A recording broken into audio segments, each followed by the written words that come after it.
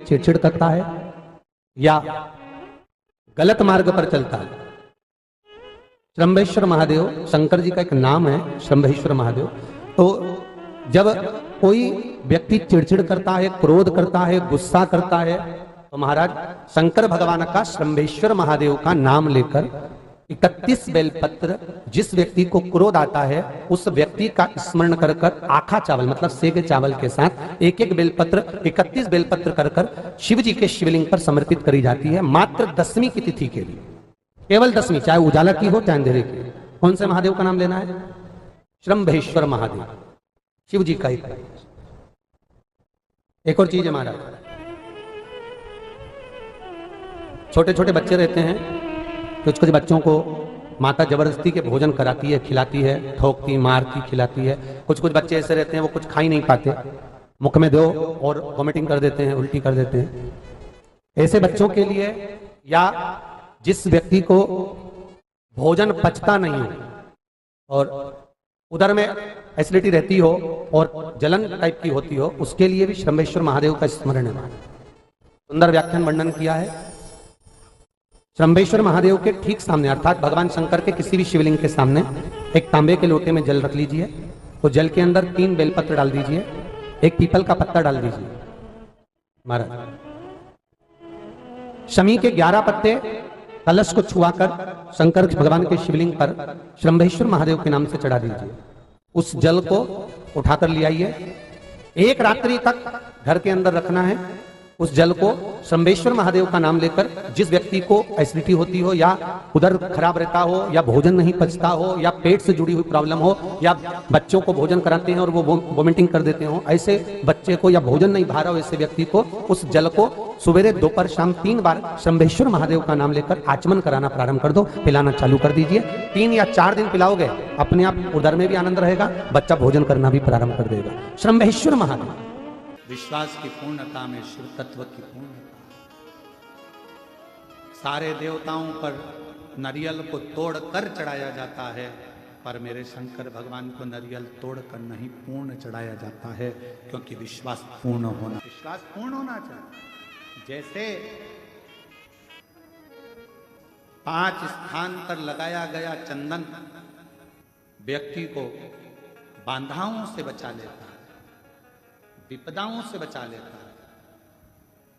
जैसे पंचदेव का पूजन, शिव पंचायत का पूजन बाधाओं से बचा लेता है, विपदाओं से बचा लेता है। कई कई मंदिर ऐसे होते हैं जहां पर शिव पंचायत नहीं होती है, कई मंदिर ऐसे होते हैं जहां पर शिव पंचायत के देवता नहीं होते हैं। शिव पंचायत में सूर्य देव, भगवान नारायण, माँ जगत जननी, भगवान देवादिदेव महादेव, स्वयं भगवान श्री गणेश जी महाराज, ये 5 देव शिव पंचायत के मूल देवता माने। पर कई मंदिर ऐसे हैं जहां पर शिव पंचायत में सूर्य देवता का मंदिर में मूर्ति नहीं है या भगवान विष्णु की मूर्ति नहीं है, शंकर जी की मूर्ति की, तो यहां शिव पंचायतन का पूजन का स्मरण करते हुए वर्णन किया गया लिंग पुराण के अंदर कि शिवलिंग में 5 जगह ऐसी होती है जहां पर अगर चंदन का लेपन कर दिया जाता है तो विपदा, बांधा, तकलीफें, कष्ट दूर होता चले। 5 स्थान बताए, उसको समझिए। जैसे इसको देखो, ठीक है, ये शिवलिंग को अपन मान लो, इसको जलाधारी मानो जहां से जल बहता, ठीक है। ये गोल भाग जलाधारी जिस पर शिवपिंडी रखिए, यहीं पर अपन गणेश जी कार्तिकेय का स्थान, बीच में अशोक सुंदरी का स्थान मान रहा। अब इसको समझिए, 5 स्थान बताए। पहला स्थान भगवान शंकर के पूरे शिवलिंग का मध्य भाग, ये पूरा जो शिवलिंग है शिव जी का, उस शिवलिंग का मध्य भाग प्रथम। द्वितीय है जहां पर गंगा का अविरल धारा निरंतर बह रही है, द्वितीय स्थान गंगा की धारा का मूल बिंदु शिखा, पहला।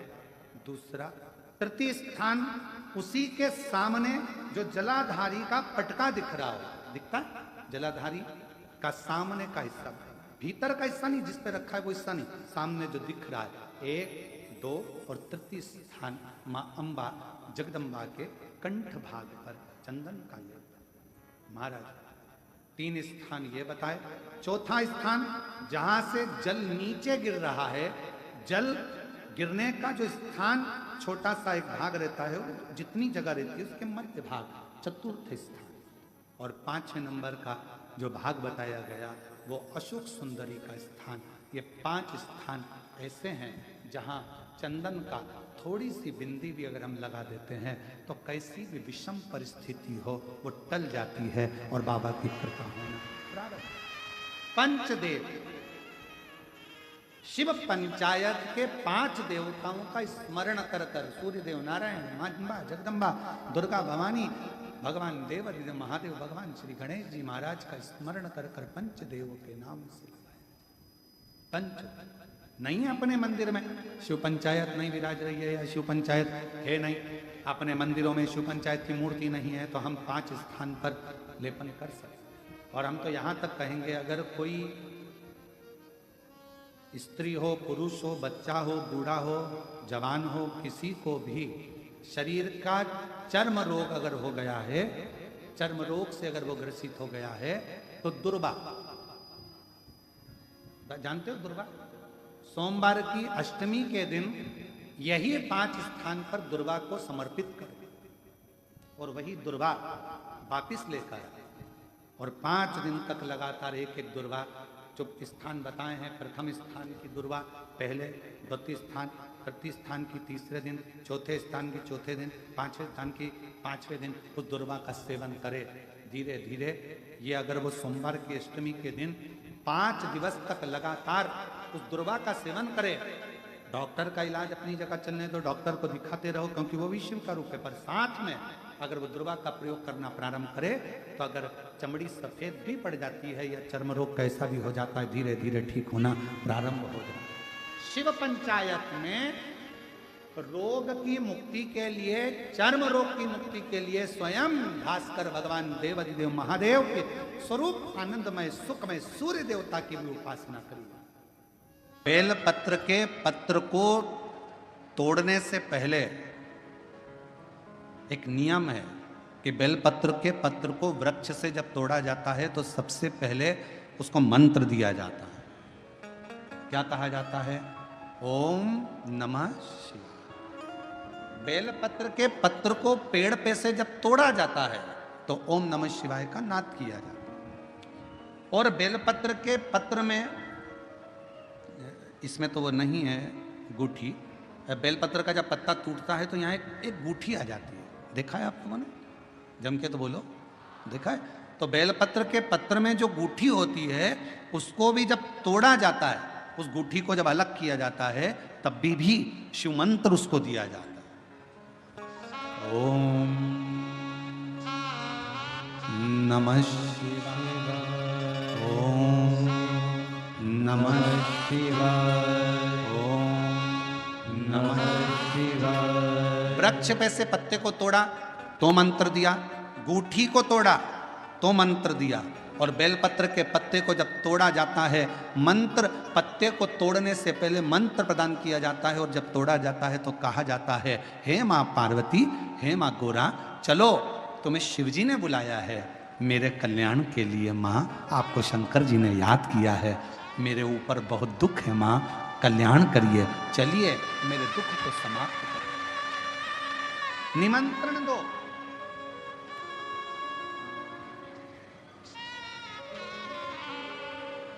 पहले नंबर पर क्या देना है बेलपत्र के पत्र को तोड़ने से पहले? जम के बोलो, मंत्र। दूसरे नंबर पर क्या देना है बेलपत्र के पत्र को चलने का? जम के बोलो, निमंत्रण। माँ पार्वती जी से कहो, हे माँ गोरा, हे माँ पार्वती, हे माँ चलिए, आपको शिव जी ने याद किया है। माँ, हे माँ पार्वती, हे माँ गोरा, मेरे कल्याण के लिए, मेरे दुख को दूर करने के लिए, मेरी तकलीफों को हरने के लिए, हे माँ गोरा, मेरे कष्ट को समाप्त करने के लिए, माँ गोरा, मेरा भंडार भरने के लिए आपको शिव जी ने याद किया है, निमंत्रण दो। लेकर आए, फिर गूठी तोड़ी, फिर मंत्र दिया, ओम नमः शिवाय, नमः शिवाय, नमः शिवाय। अब गुरुजी ने पूछा कि तुमने मंत्र दिया? नहीं। तुमने निमंत्रण दिया? नहीं। तो फिर तुम्हें क्या हक है कि बेलपत्र का पत्र तोड़ो? शिव महापुराण की कथा तो कितनी बड़ी बात कहती है, बेल पत्र के पत्र को सीधे पेड़ में से तोड़ कर लेकर आना चाहिए। बेल पत्र की डंडी, कई माताओं की, कई भाइयों की आदत होती है, बड़ी सी डंडी होती है, उसको वहां से काट लिया, तोड़ लिया, पूरी की पूरी डंडी तोड़ कर लिया है, फिर घर पर आकर उसमें से पत्तियां तोड़ ली, जो डंडी थी उसको पटक दिया। ना ना ना, ये गलत, ये गलत।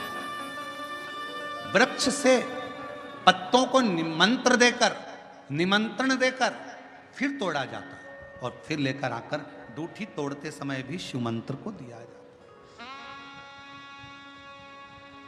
कुछ नियम है बेलपत्र के भी, उसको धारण करना चाहिए।